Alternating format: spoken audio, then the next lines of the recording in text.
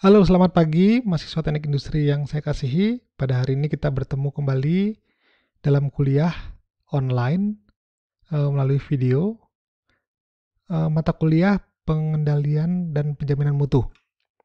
Minggu ke-13, chapter 11, topik terakhir yaitu reliability. Semua pada sehat ya? Semoga pada sehat semua. Oke, pada chapter ini kita akan belajar mengenai reliability. Apa itu reliability? Kita masuk ke slide kedua ya.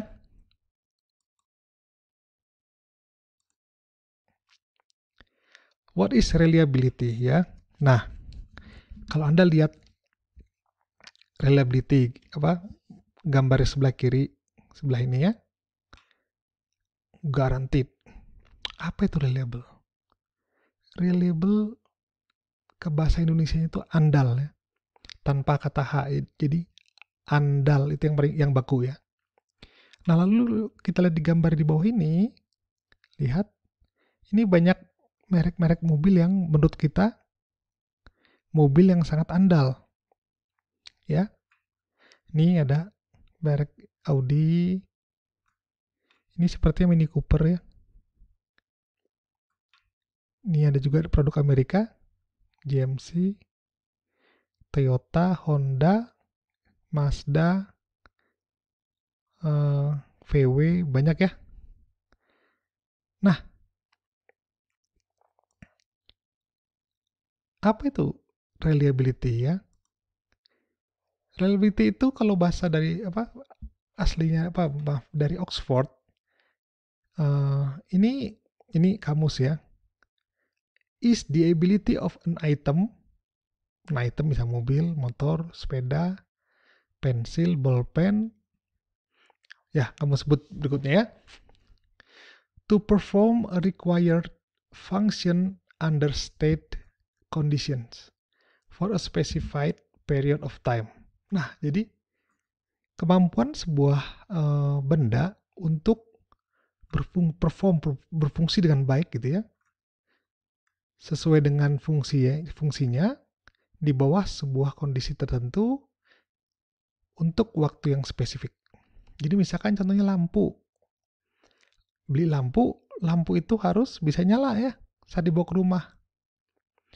Lalu besok harus bisa nyala lagi kalau dihidupkan. Sampai kapan gitu ya? Sampai waktunya habis, waktu lifetime-nya dia. Nah, seharusnya lifetime itu cukup panjang ya, sehingga kita mengatakan produk ini awet gitu. Nah, kalau di buku kita Mitra Amitava 2016, saya pakai yang terbaru ya. Tapi nanti untuk latihan dan lain-lain juga saya bisa kadang lihat yang di buku lama biar Anda paham. Mitra bilang, ya, reliability itu probability. Ini ada kata pentingnya nih, ya. Probability. Dari apa? Produk. Ya. Performing artinya apa, Bu?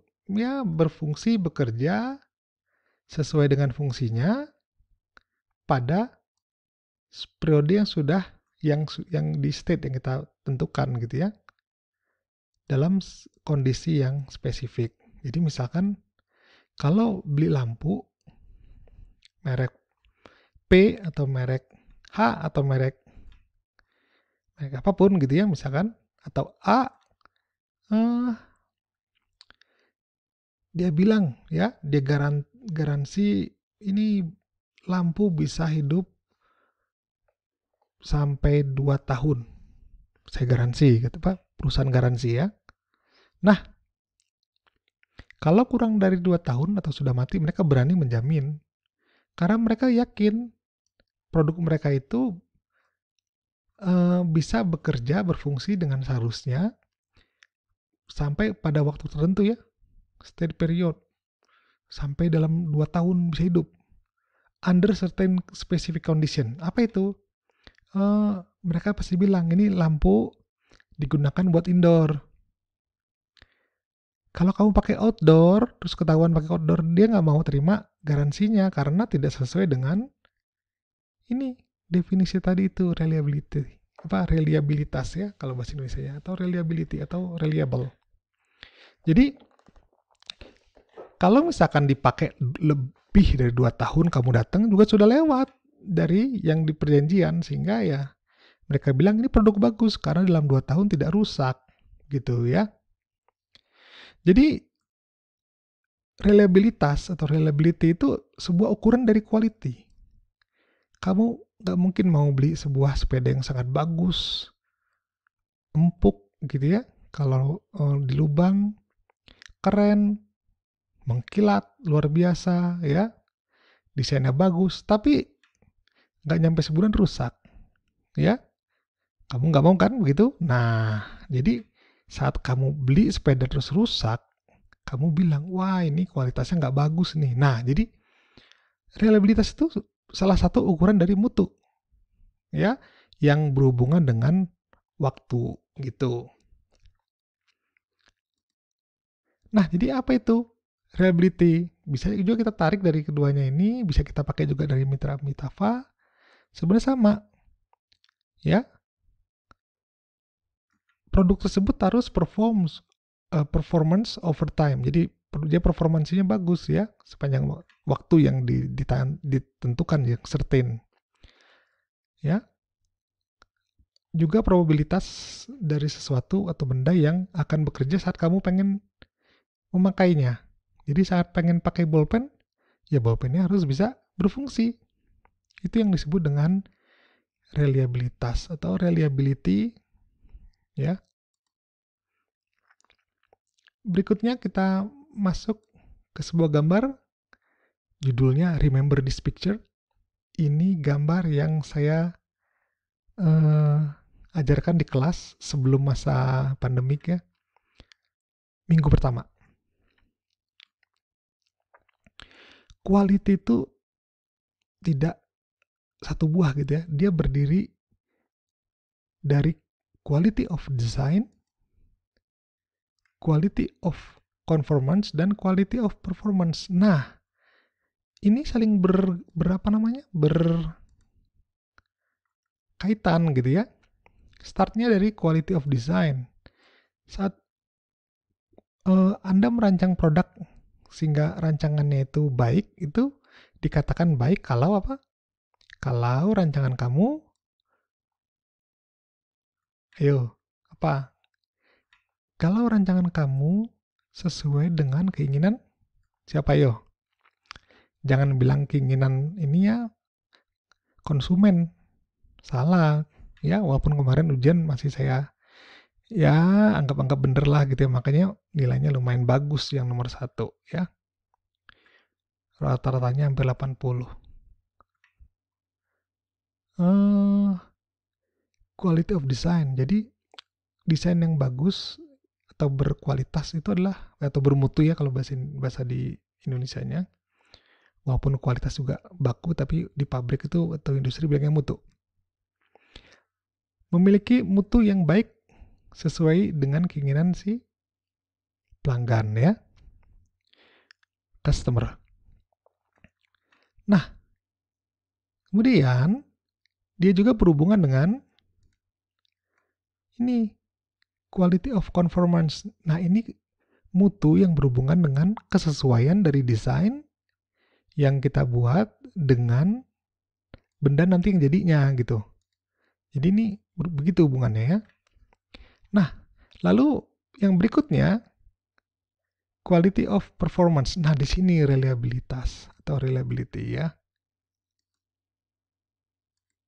Ini timbal balik, ini one way ya. Jadi maksudnya gini, dengan quality of design yang baik sesuai dengan pelanggan, maka kamu bisa menetapkannya. Waktu quality of design kan gambar ya, gambar teknik, ukuran mutunya, toleransi ya, kekasan permukaan dan lain-lain itu harus sudah didesain di sini lalu dibuat. Lalu tercapai tidak? Kalau nggak tercapai, wah ini nggak mungkin dibuatnya. Balik lagi informasi balik ya. Lalu kirim lagi sehingga nanti siap ini untuk di running di lantai produksi. Lalu kalau membuat benda sesuai dengan spesifikasi, sesuai desain, maka akan menghasilkan benda yang memiliki performansi yang baik juga. Artinya apa? Berfungsi dengan baik. Ya, as intended use. Jadi sesuai kegunaannya. Kapan? Pada saat T sama dengan 0 kamu beli.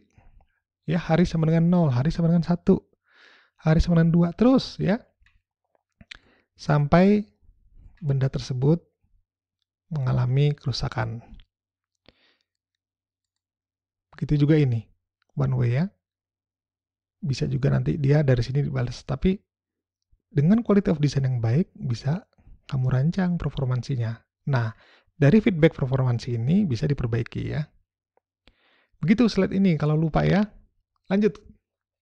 Nah, ada 4 aspek dari reliability.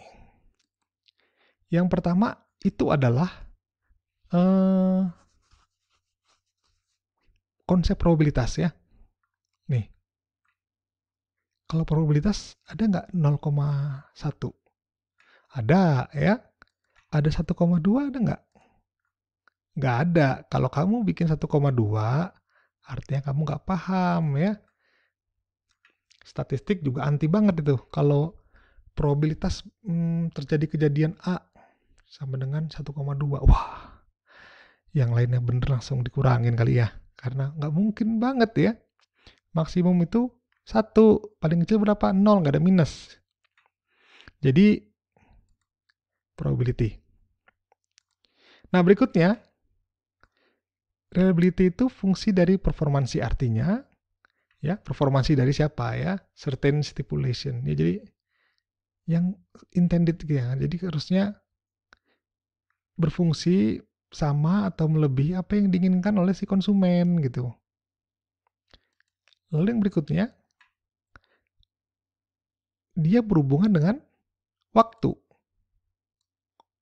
Nih, jadi a certain period of time. Jadi emang harus ada jelas certain waktunya. Ya, memang sih kita nggak membuat sebuah benda yang long lasting sampai forever gitu ya. Tapi ya masa 2 tahun belum setahun udah rusak. Belum 2 tahun udah rusak gitu ya. Begitu ya. Lalu yang keempat, dia beroperasi pada lingkungan atau tempat kerja yang memang dituju gitu, yang sudah dirancang spesifik. Contohnya tadi lampu buat dalam rumah taruh di luar kena hujan. Itu nggak cocok ya.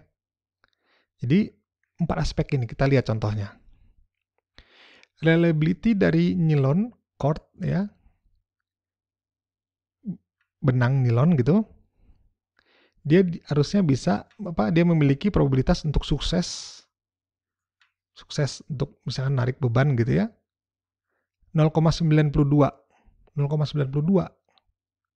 Apa itu Pak? Nanti kita baca dulu ya. Saat Mbak menahan beban 1 ton atau 1000 kg selama 2 tahun under dry condition. Nah, mana yang bagian 1? Ya, bagian 1 yang disebut probability mana Pak? Nih, ya. Lalu yang disebut kedua, meet certain stipulation itu apa? Nih, harus kuat nahan beban 1000 kg. Berapa lama? Itu nomor 3, certain period. Ya. Lalu nomor 4 kondisinya adalah ini, dry condition. Nah, itu yang disebut 4 aspect of reliability ya. Lalu kita mulai masuk ke sedikit mengenai grafik gitu ya, distribusi. Ini yang disebut namanya Betap curve. Tahu Betap ya? Kamar mandi orang bule tapi ya. Jadi Betap itu tempat orang mandi, bentuknya kayak ini grafiknya ini mirip Betap ya. Nih, tinggal dikasih air gitu. Nah, orang bule bilang itu karena apa ya? Karena dia tiap hari lihat Betap. Ya, kalau kita mungkin pikirannya perahu. Nah, ini adalah life cycle of curve ya, dari kurva. Jadi kurva dari sebuah produk. Nah, produk itu misalkan kamu beli sebuah apa gitu ya, produk. Nah, produk itu biasanya di awal-awal dipasarkan